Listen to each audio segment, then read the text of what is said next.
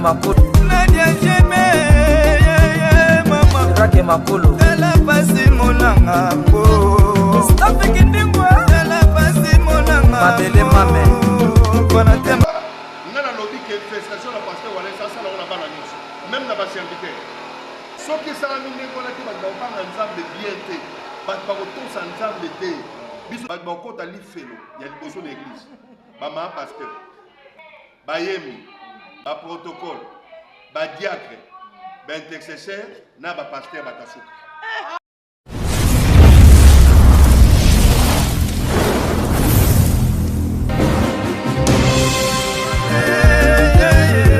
La chroniqueuse Nadia Jeme Mama Rake Makulu Nadia Jeme Mama Rake Makulu Nadia Jeme Mama Rake Makulu Tala pasi monanga Staff kindingwa Tala pasi monanga Mabele Mame Kona tema Bonjour, partout dans le monde, vous allez suivre cette émission. Alors, bonne année, merveille à tout le monde. Nous vous disons merci beaucoup de nous faire confiance depuis le début du mois de janvier jusqu'aujourd'hui.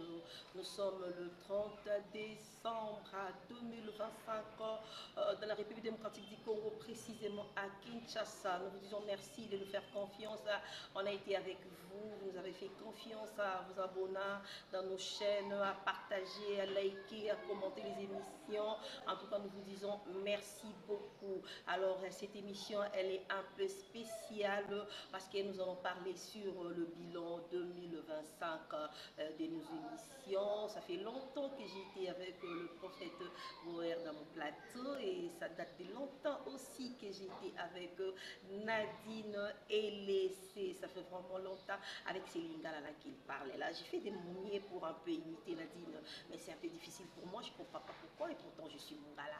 Alors, on va parler sur beaucoup de choses aujourd'hui. Vous savez, année 2025, c'était pas facile ici à Kinshasa, partout au Congo, c'était pas vraiment facile. Il y a eu des choses qui s'est passées, que ce soit dans des églises, dans la politique, dans les réseaux sociaux. Il y a eu beaucoup de choses qui s'est passées. Alors, pour ne pas monopoliser la parole, je suis pas seule. Je suis avec Nadine Elessé, à qui j'ai dit déjà bonjour Nadine. Bonjour Nadia, j'ai ma concierge chérie que j'aime beaucoup. Bonjour à tout le monde, bonjour à tous mes fidèles. S'il vous plaît, dans le bras toujours, Kolobaete, la Tchaka Mokoloto, Kolobaete, bon s'abonner massivement. Abaïki va sur la mission Sika et aussi la mission Malam Mingi. Bonne santé, ma chérie. Santé Malam, nous ambazo batela, nous ambazo salabiso vraiment bola, nous sommes là. Merci beaucoup. Voilà, je disais tantôt, nous allons recevoir le prophète Boer, il parle tellement bien. Je l'aime beaucoup quand je suis avec lui au plateau, à décortiquer vraiment à Kamoundé Kitoko. Et aussi, il va essayer de nous expliquer son bilan de l'année 2025. 2025, je lui ai reçu plusieurs fois mes émissions, on a depuis années. Il va nous expliquer qu'est-ce qui s'est passé. Et là, il y a qui a l'émission dans la fin de l'année. Bonjour, prophète. Ouais, bonjour Nadia Jebe. Très ravi de vous revoir encore. Ça fait presque quelques mois. On ne s'est pas vu. Mais Dieu nous a fait grâce. Vaut mieux la fin d'une chose que son commencement. Très bien. Donc c'est ça, la parole de Dieu s'est accomplie. Sous Keleke Bandeli. Donc sous ka Eziparagnon, sous que ça l'ara bien, sous que ça l'aura matanga. Na matanga nde batu bakutana. Ils ont retrouvailles. Donc pour la biso matanga, tout ça na matanga 2025. Makamoto Sala qui était en 2025, tout ça on a 2026. Tout somma qui m'a pas monté en 2025, 2026 tout somma. Donc on a matanga en 2025. Voilà, tout ça na matanga, tout quoi enterré en lobby, tout pour les 31. Alors, la journée vraiment est fête, la journée est dédicace. Je vais d'abord permettre na prophète ce qu'ils ont na dédicace, à mes campés qu'on dédicacé, bateau azalaki na bango, malamu na 2025, bateau ba soutenir qui est, bateau bazalaki na ebola, bateau ma bête pardon, bino fumo botika na moi sima, mais bateau ka bozalaki gentil avec le prophète Boer. Bon oui, avant tout, je voulais simplement clarifier que je suis et je serai toujours avec vous. Merci. Parce qu'il y a eu des temps, il y a eu trop de secousses, de responsabilités que nous avons. Ouais. Mais je voudrais soutenir. Merci. Na benga batu. Na pe na chalo beaucoup. Merci. Donc ceux qui nous sont que baza na monopole, mais nous sommes tous dans le monopole. Nous avons des gens forts.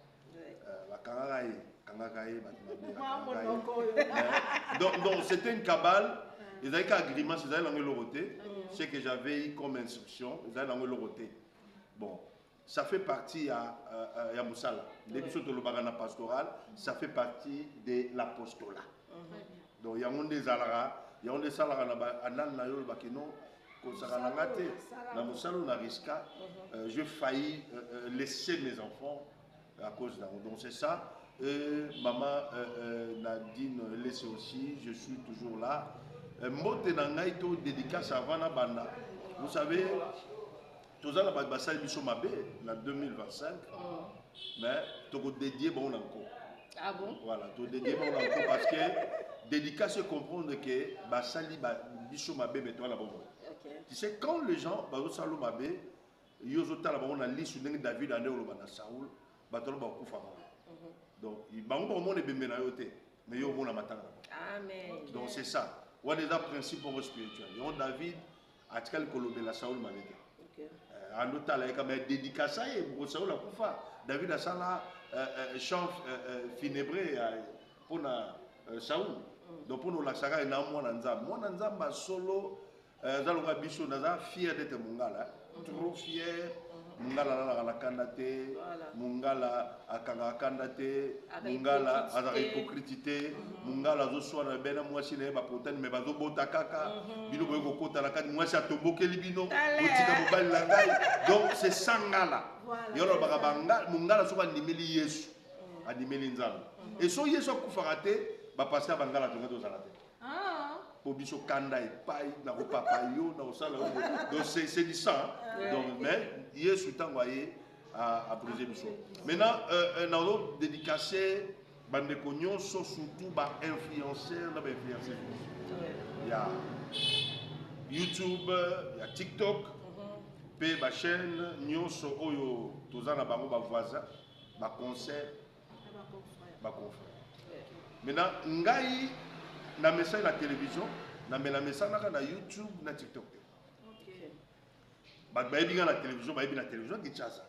J'ai beaucoup passé. J'ai connu pas mal de journalistes au Baïbinga.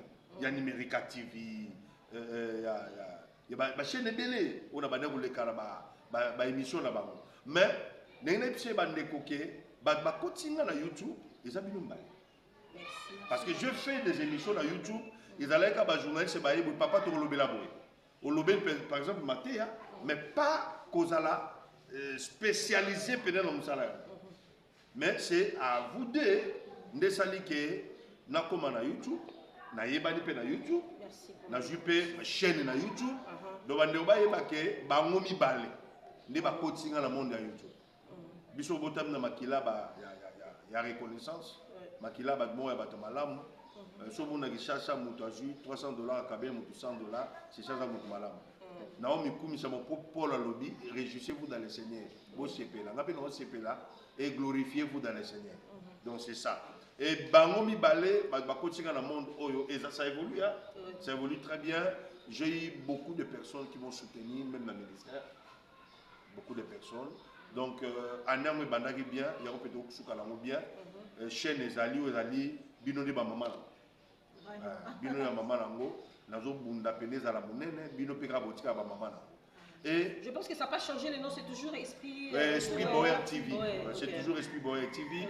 Et na bandi salutation na ngai na ndeko évangéliste Mosali Nzambe o esalaka ke na nzela ya chaîne na ye.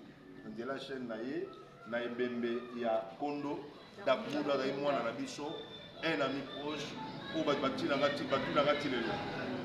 Donc tu consala une année na posté les gens disent à tout le monde parce que ce moto a permis de compter dans la chambre là. Donc ce qui a noyé pas nangai bilonga nano bilonga prophète bacheli alienga na ye na nani na loso. Donc c'est-à-dire là qui moto. Et yango batandengo wana batika la graver na mitema. Et émission nanga liboso et les kaka esprit boy tu kutu botamité. Je pense que les gars n'y est pas inayo, n'y est pas inaye. Malgré que ça a quand même image, mais ils sont spécialisés dans Bokeseni télévision. Voilà. Bokeseni télévision et quand même na page Jean-Paul Ndeko, Babenga Ndeko, Jean-Paul.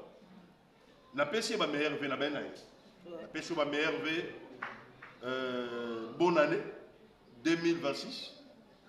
Bonne année, makamno chez Amalam.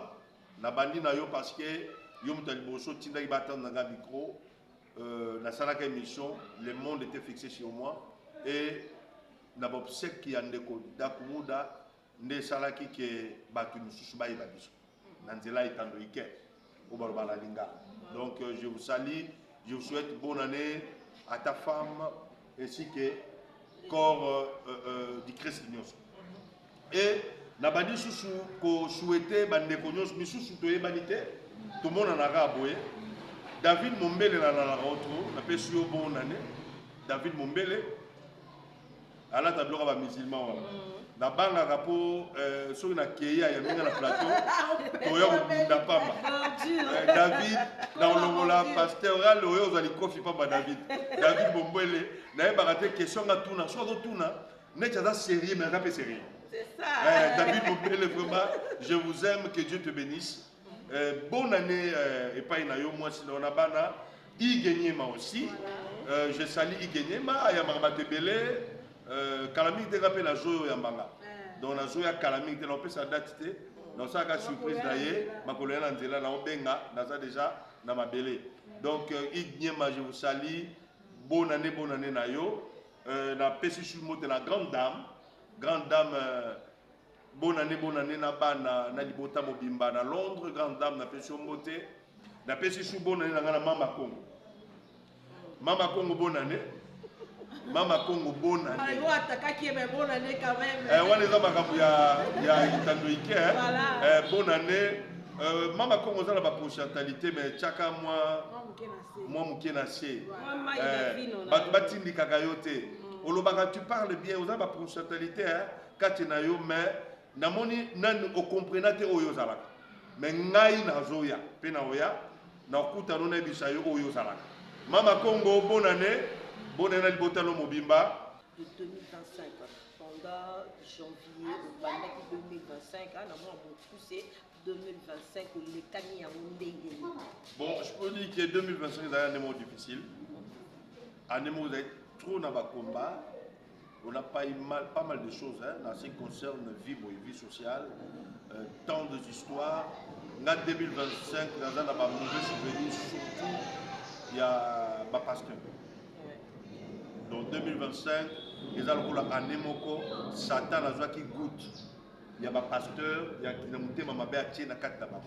nous avons eu beaucoup de hommes de Dieu qui ont été empoisonnés par des collègues pasteurs, excusez, bakoti mabele. On a la preuve na maboko. O yebi ke pasteur o mutasali eboy, pe akimi, pe boyebi ke ndenge bandaki.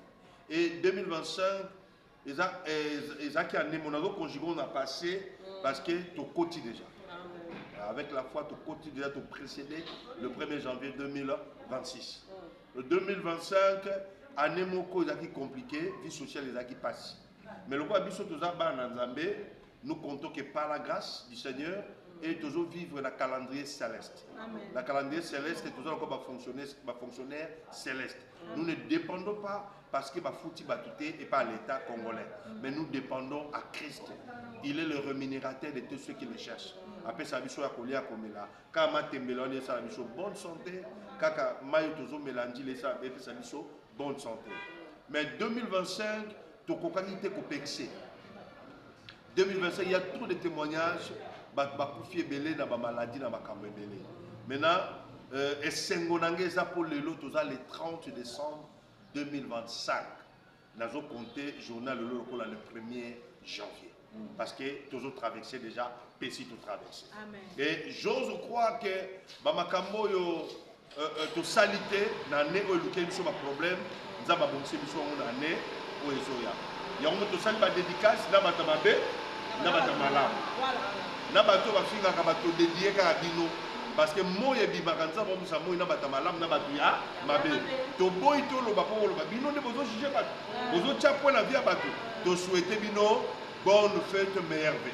Merci beaucoup, bonne fête meilleure vie na bino nyonso bo la belle sika ba to mabe na ba tamala na ba ko ata mo la bino lo. Papa c'est la to de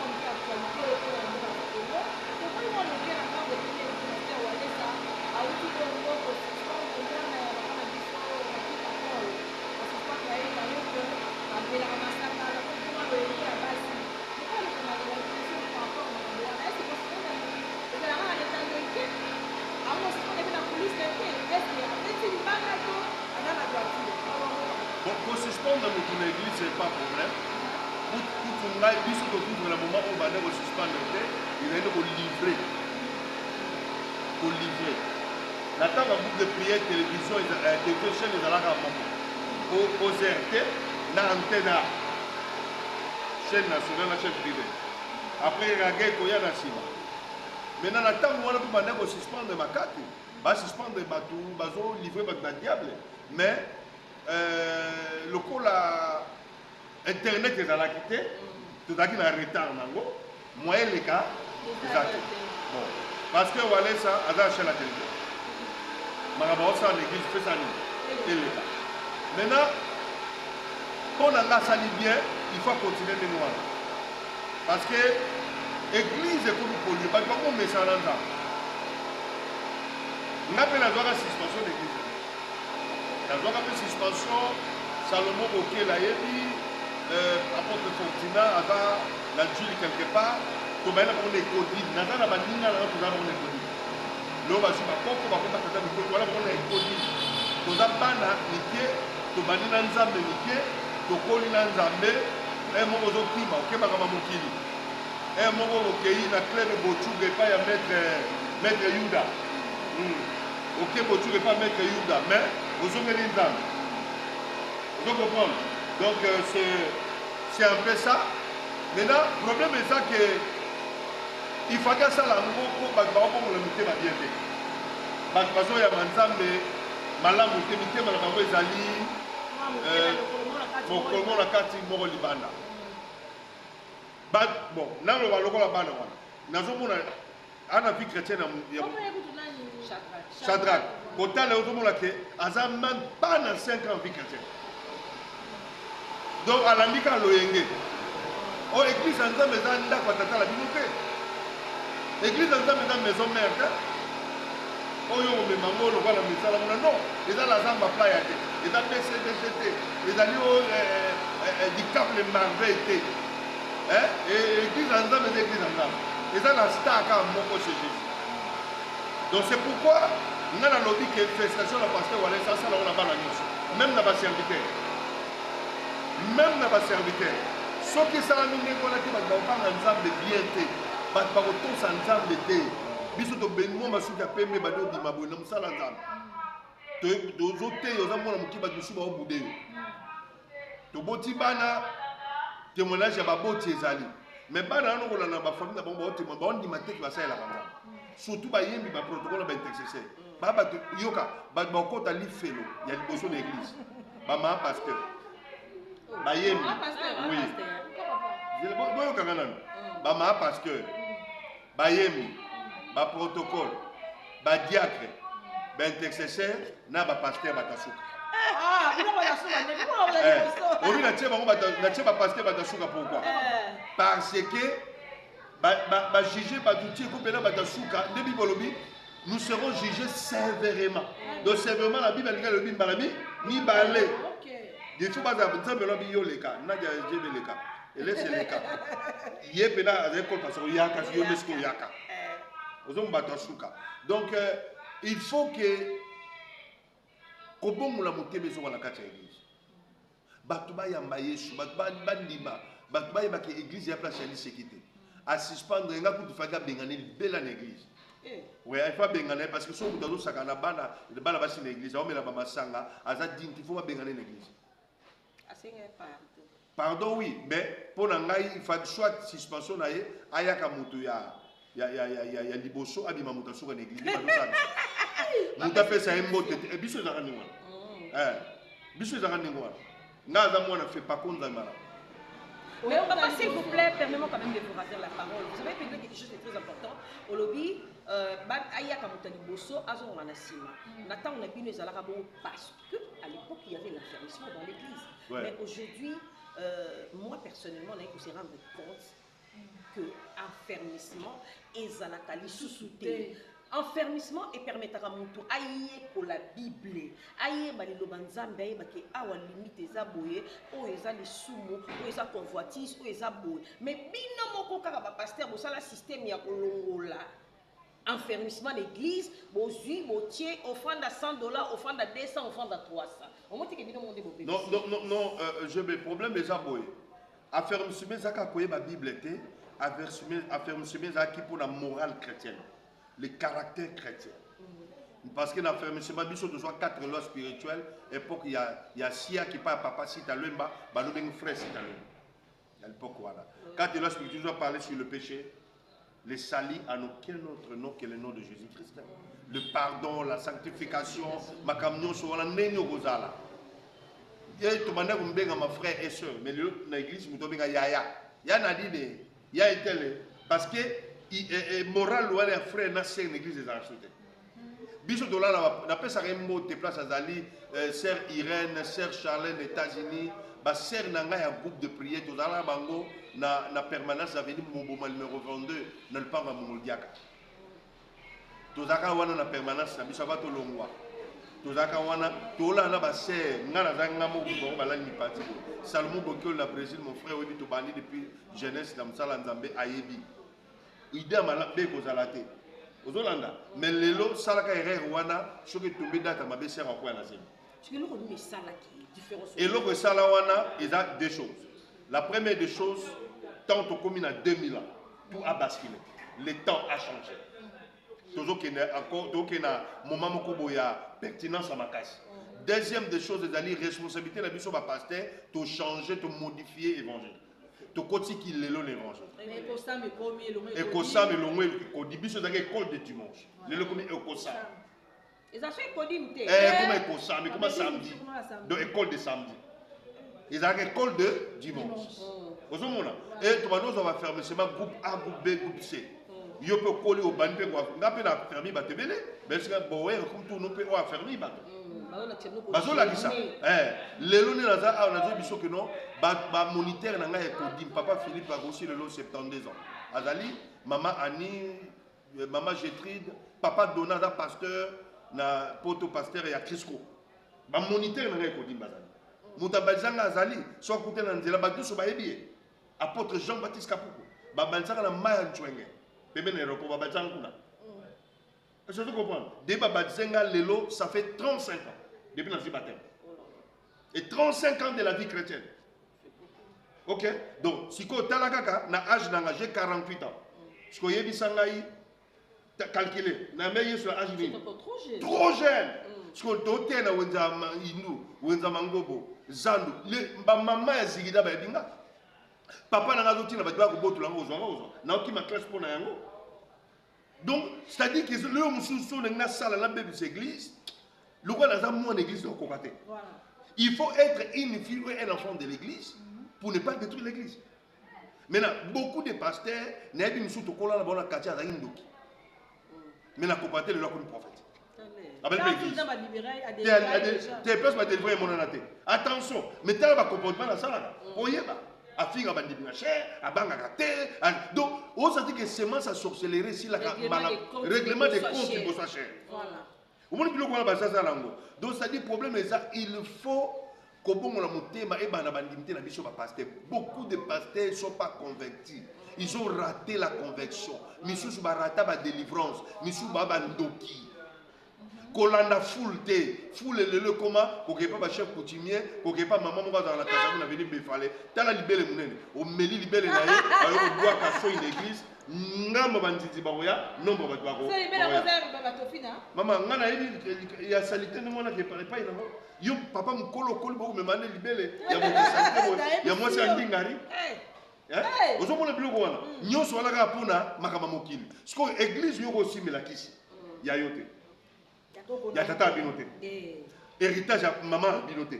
Mouta faire un écolo si mélange qui cité. Mais il y a aussi mélange ni qui. Aujourd'hui un problème tout ça. Donc pour répondre à ta question, les alliés que manque, il y a enseignement, il y a repentance. Biso dessus enseignement de maintenant on a qui l'est là.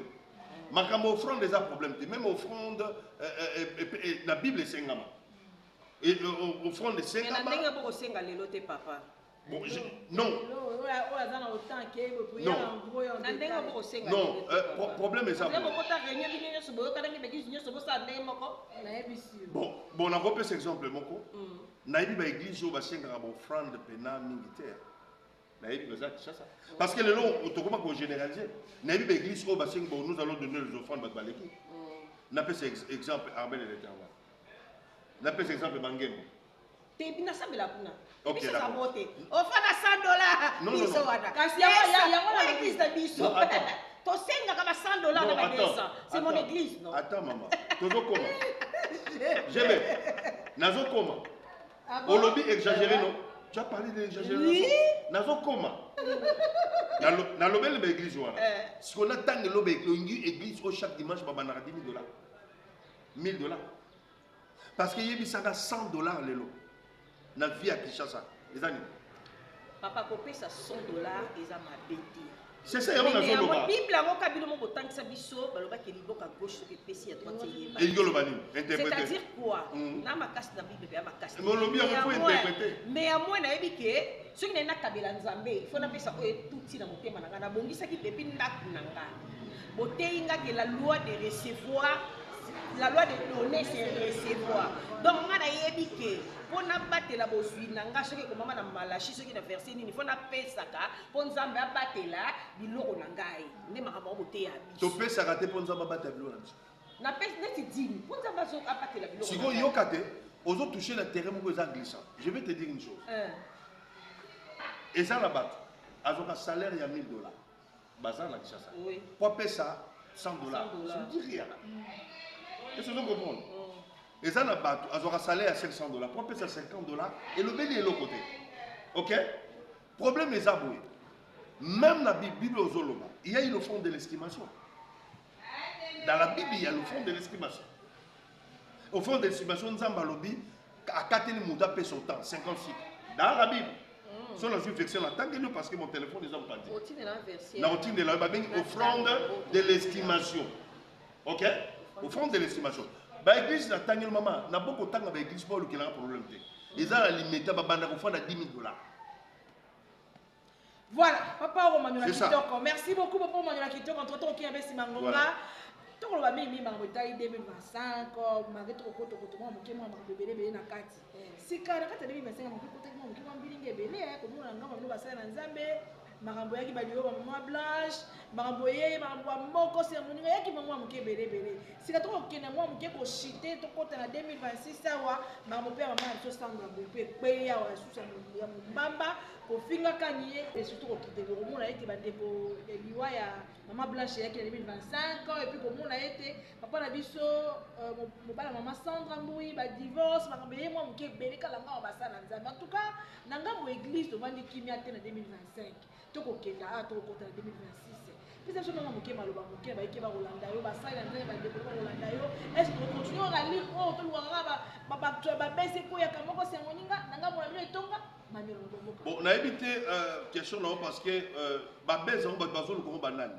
Le maman Blanche paix à son âme à Koufa Kezali. Mais Bez de Salama Keza internet, ils ont fait de Bez par rapport à l'Iwan. Là, chacun a son opinion. Et moi aussi j'avais parlé. Donc je ne vais plus revenir à ça parce que Toboyi Koshe Kousa Bapota Mitema Oizokaki. Donc c'est déjà passé. Pasteur Blaise Nanzambi. Il y a ça dans le alors parce que pas tout le monde 2025 il y a ça dans le pasteur Blaise de clôturer na biso. Il y a clôturer na biso.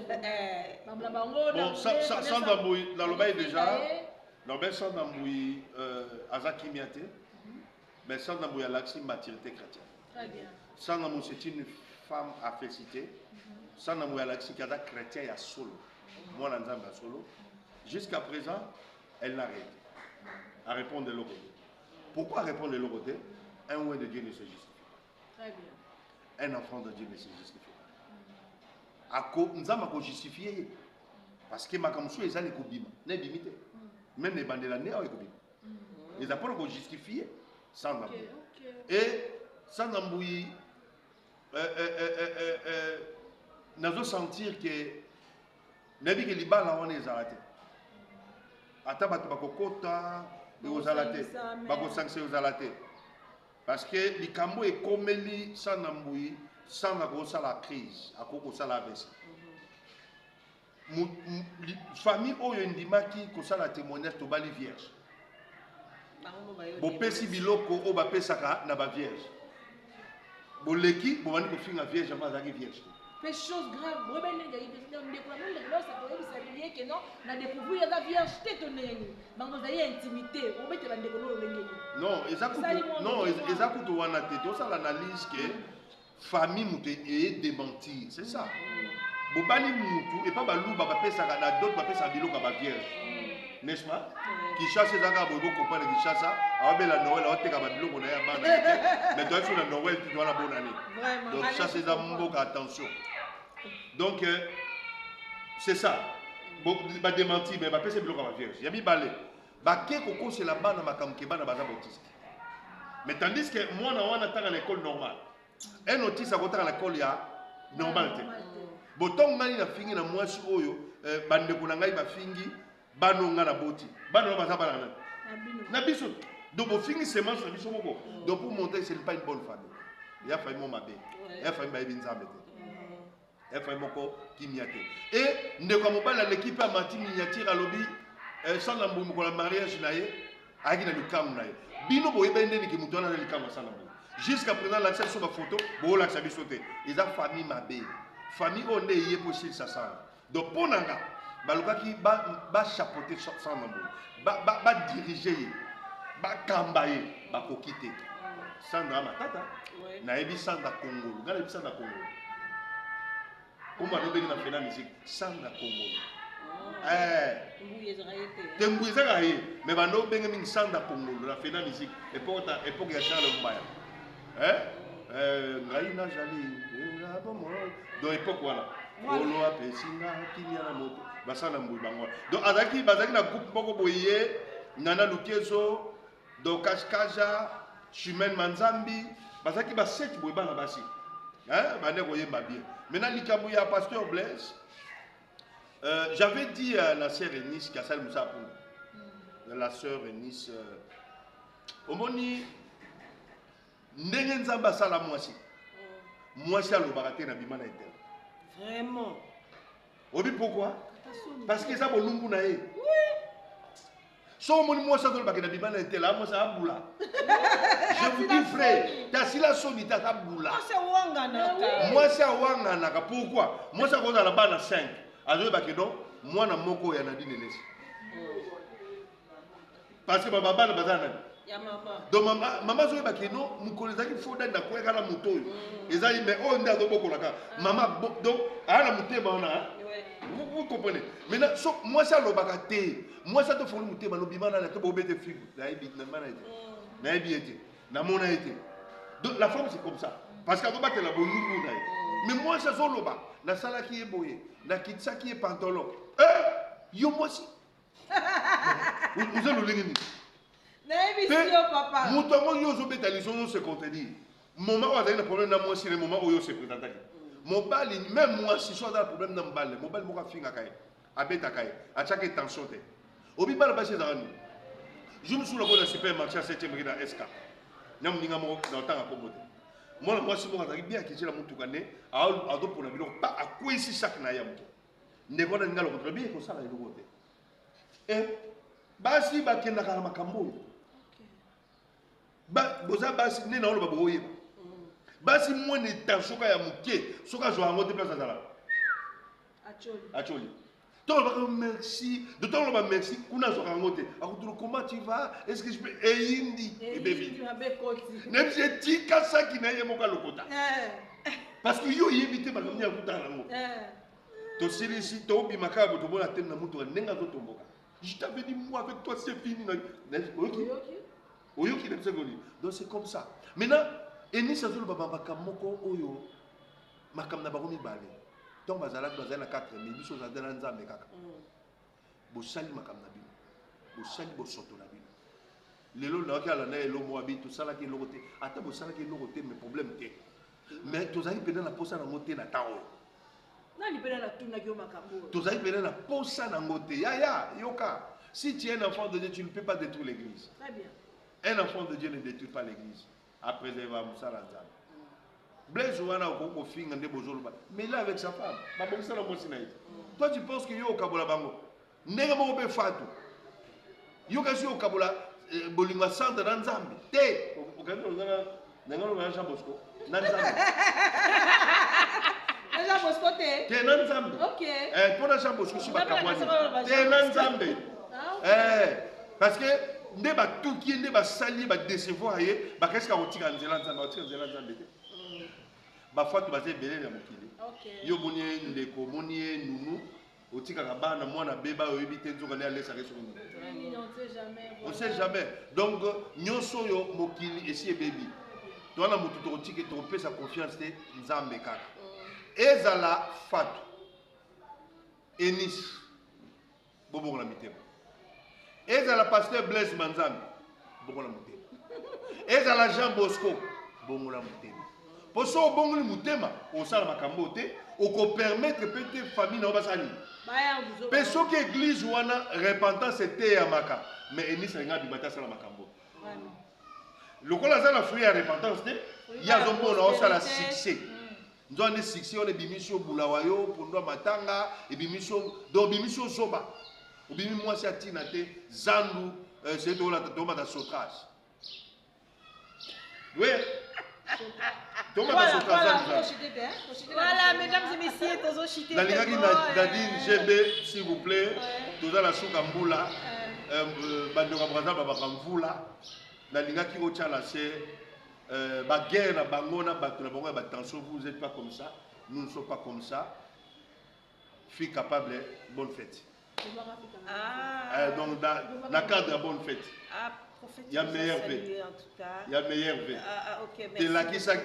Mesdames et messieurs, nous voici à la fin de cette émission. Je donne quand même parole à Nadine Laissé. Je ne sais pas, Nadine, vous allez dire quelque chose pour le prophète Fod Baktiama. Trois dédicaces là. Autre que vous direz, dit quelque chose. Voilà, on a la dédicace. Autre que vous pouvez déjà en en tout cas, tout le temps, on a un ensemble qui est bisoté. Mamutu, tout ça, en 2025. Il y a ma bête, en 2026. Autre ça, qui a malade, tout combat.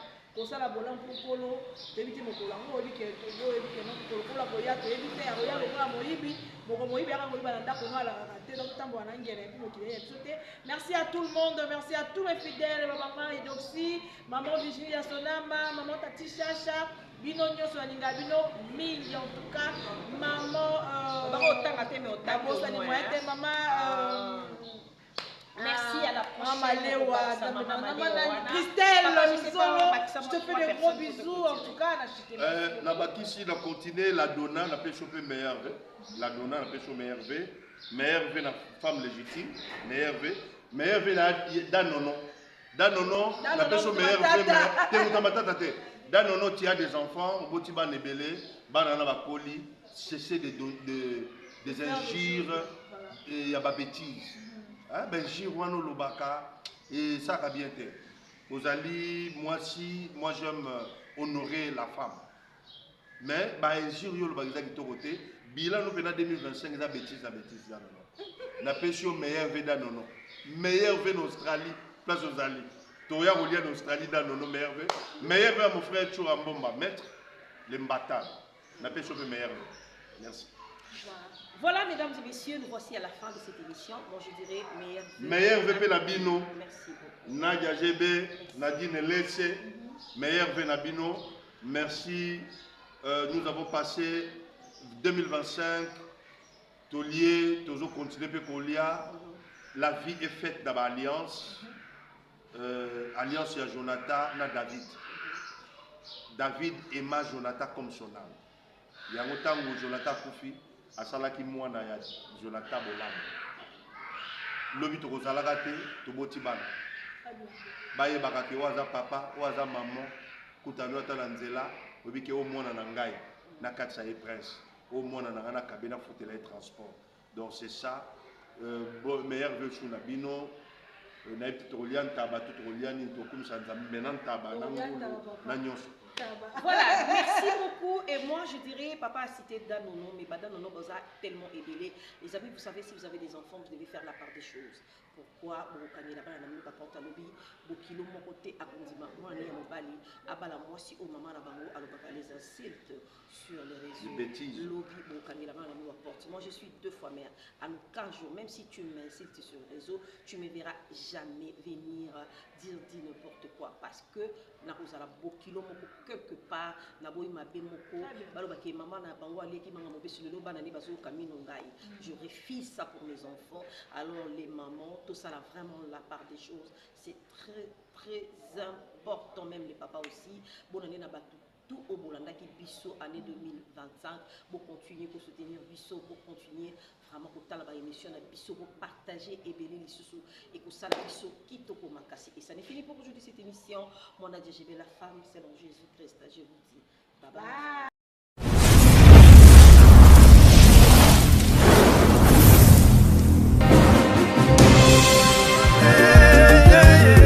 La chroniquesse Nadia Jebe, maman. Rake Makout, Nadia Jebe, maman. Rake Makout, Nadia Jebe, maman. Rake Makolo. Tala pasi monanga po.